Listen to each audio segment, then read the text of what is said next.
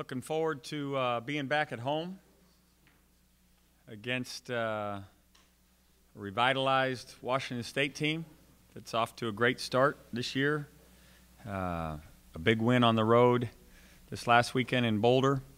And I know coming off the loss from a year ago, a game that they had battled their way back to take the lead, they're going to be hungry and anxious to have a rematch. So it's a great test for us.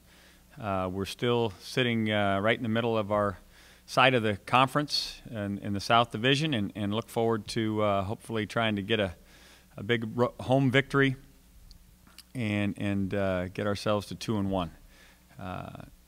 Looking at the tapes again from Saturday night, lots to be encouraged by, lots of things certainly to fix, and we'll work hard to get that done.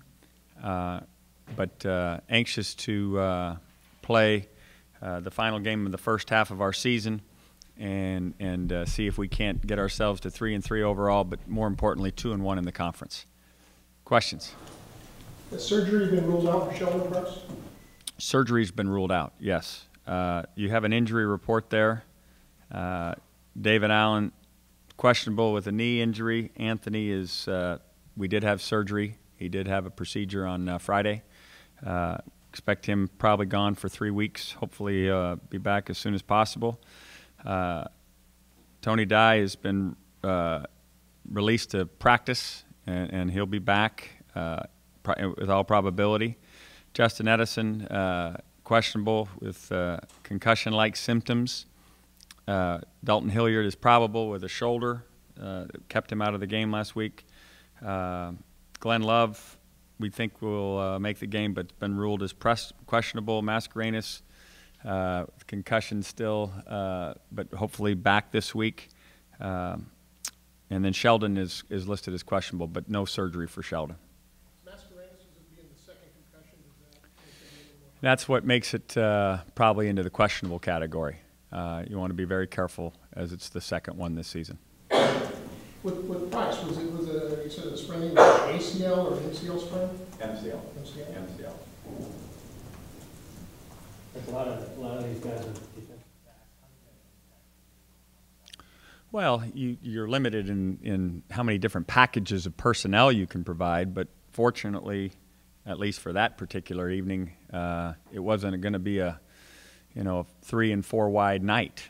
It was a more of a tight end featured substitution plan for Stanford. So we were able to find able-bodied guys ready to go in there and play as hard as they could.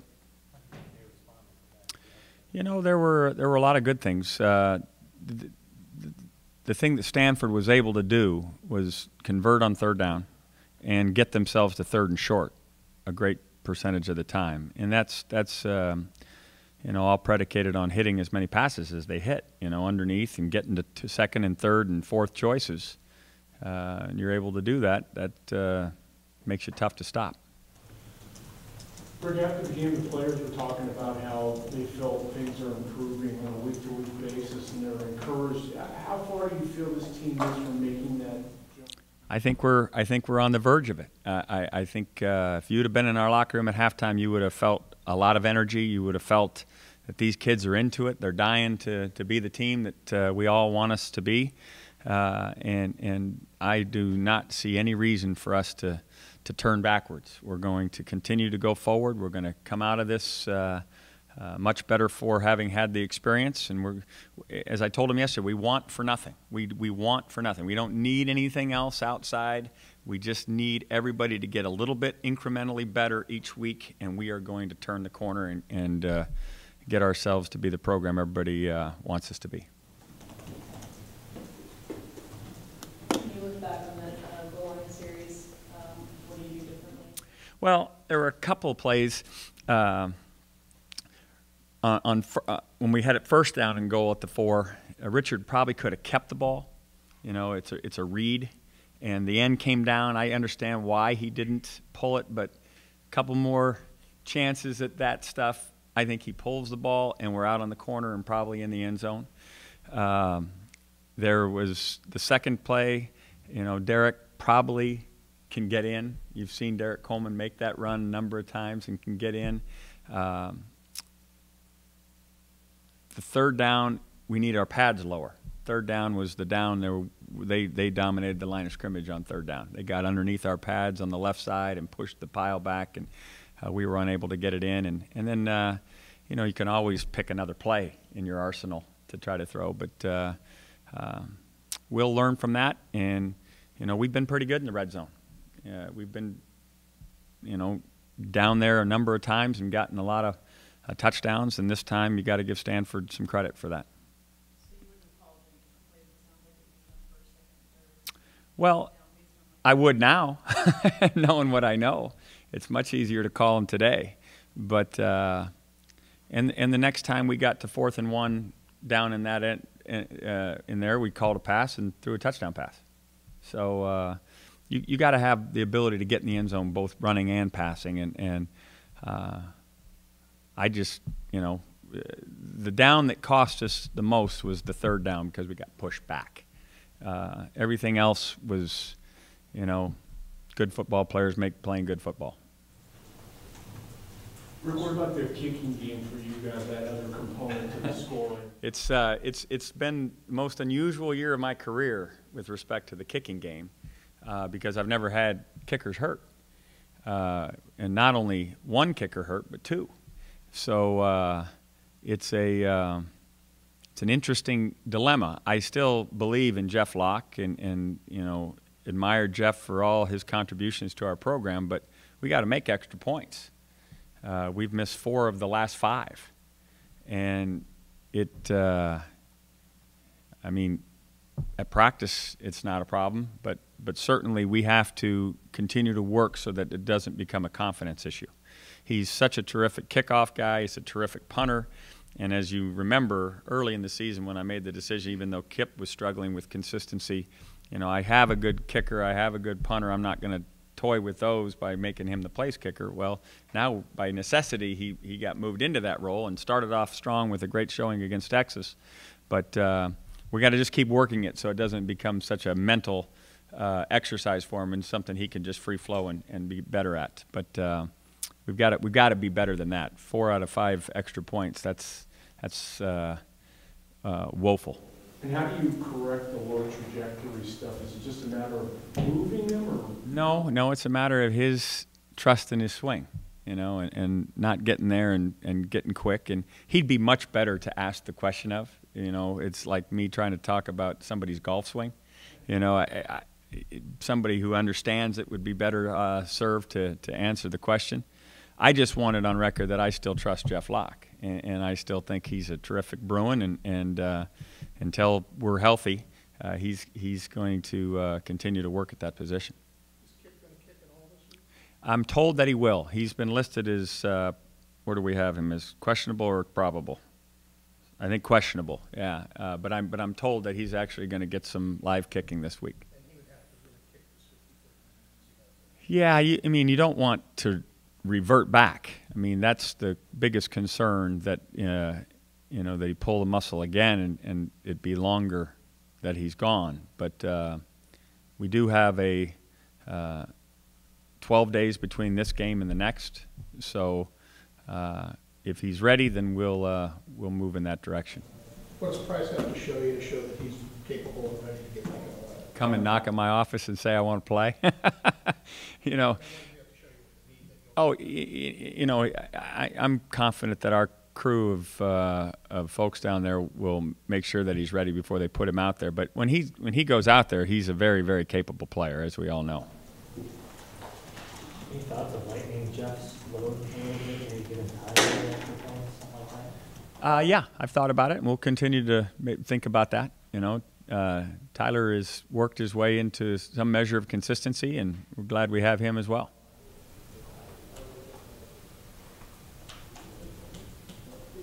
Joe out of the picture still with his injury? He's not. He's starting to come back.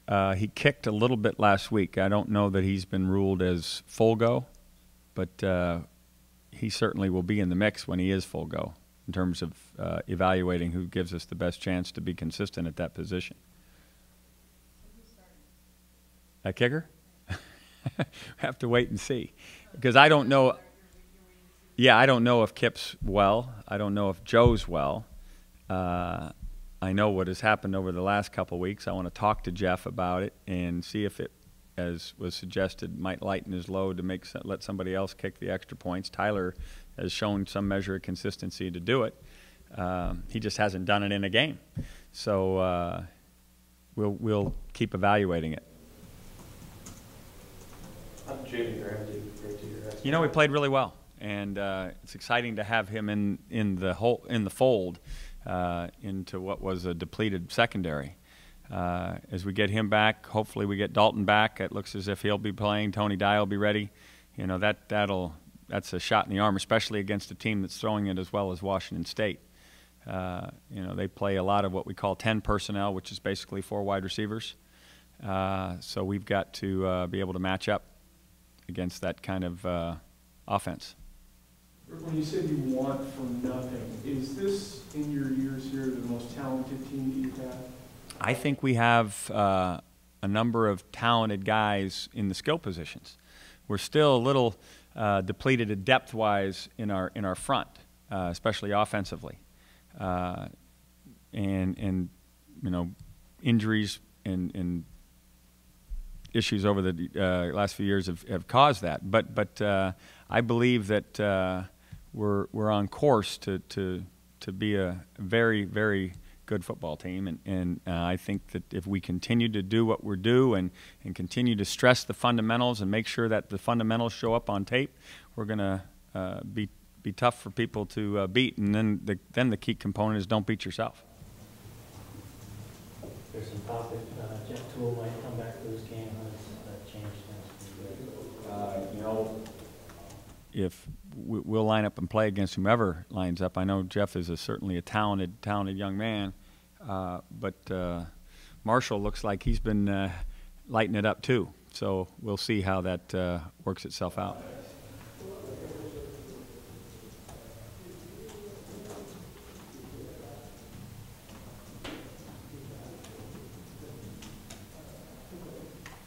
What did you see from Washington State over those final 5 minutes?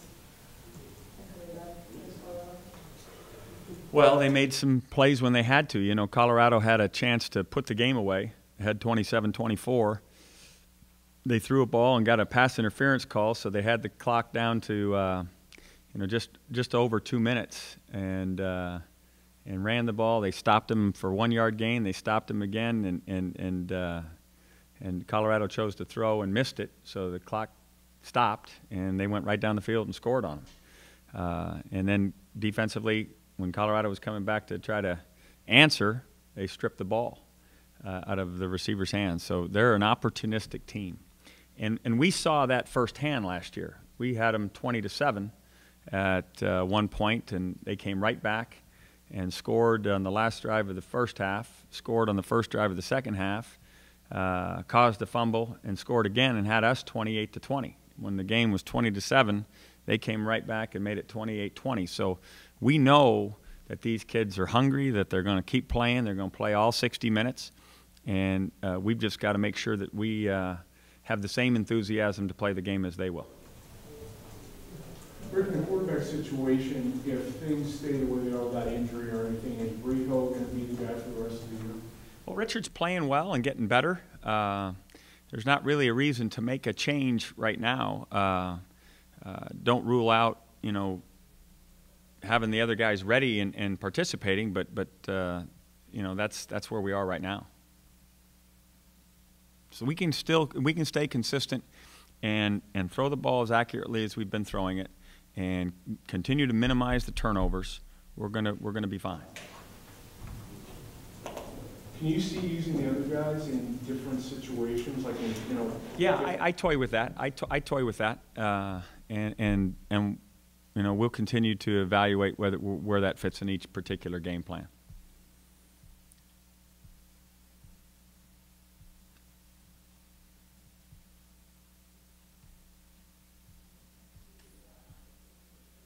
Everybody good? Thanks.